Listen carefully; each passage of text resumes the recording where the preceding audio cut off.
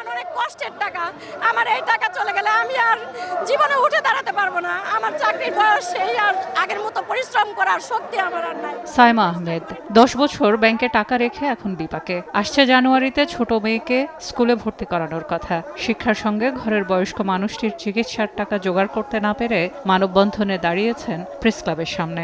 আমি অ্যাডমিশন করতে পারতেছি না, বাচ্চার স্কুলের টাকা দিতে পারতেছি না। আমার শাশুড়ি অসুস্থ, তাকে আমি অ্যাডমিশন করেছি হসপিটালে, টাকার জন্য গেছি, 2000 টাকাও দিচ্ছে না। পরিশ্রম করে টাকা অর্জন করছি, আমি কারো কাছ থেকে ভিক্ষা চাই নাই। এটা আমার টাকা, আমি কষ্ট করে টাকা জমিয়েছি। একই কাতারে দাঁড়িয়ে মোস্তফা কামাল জানান, দেশের রেমিটেন্স বাড়ানো যোদ্ধা বাড়ি ফিরে এখন অভাবগ্রস্ত। 15 বছরের যে কষ্টার্জিত যে টাকা রেমিটেন্স বৈধভাবে আমি যেভাবে ব্যাংকের মাধ্যমে পাঠাইছি, ওই টাকাগুলো আমি এখন তুলতে পারতেছি না। আমি ব্যাংকে গেলে আমাকে দূর দূর করে তারা অপমান করতেছে। সম্মিলিত ইসলামী ব্যাংকের অধীনে আসা 5 ব্যাংকের ভুক্তভোগীরা নিজেদের অসহায়ত্বের কথা জানান। শিক্ষা, স্বাস্থ্যের ন্যূনতম অধিকার বঞ্চিত, সঙ্গে নিজের জমানো টাকা তুলতে গিয়ে ব্যাংকে প্রতিনিয়ত অপমানিত হচ্ছেন গ্রাহকরা। ফলে এবার আস্থা ফেরাতে 4 ডিসেম্বরের মধ্যে অর্থ ফেরত দেওয়ার দাবি গ্রাহকদের। শুধুমাত্র সিটি ব্যাংকে অ্যাকাউন্ট থাকলেই করতে পারবেন গুগল পে। তাই অ্যাকাউন্ট খুলুন আজই।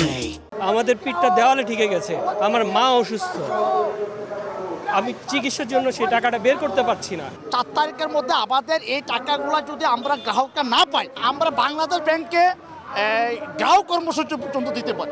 পেনশনের টাকা রাখছে, শেষ বয়সে চিকিৎসা করাতে পারছে না, পরিজন নিয়ে চলতে পারছে না। আমি নিজেই ভুক্তভোগী। ইনকাম করেছিলাম, সেই টাকাগুলি আমি ভেবেছিলাম যে আমি আমার যখন চাকরি জীবন শেষ হয়ে যাবে আমি একটা ভালো কিছু করব, একটা বাসার কাজ ধরবো।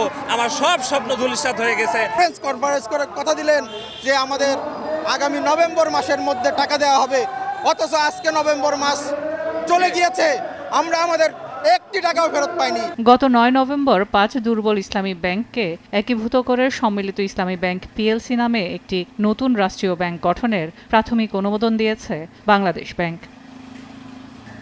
সেলিয়া সুলতানা, সময় সংবাদ, ঢাকা।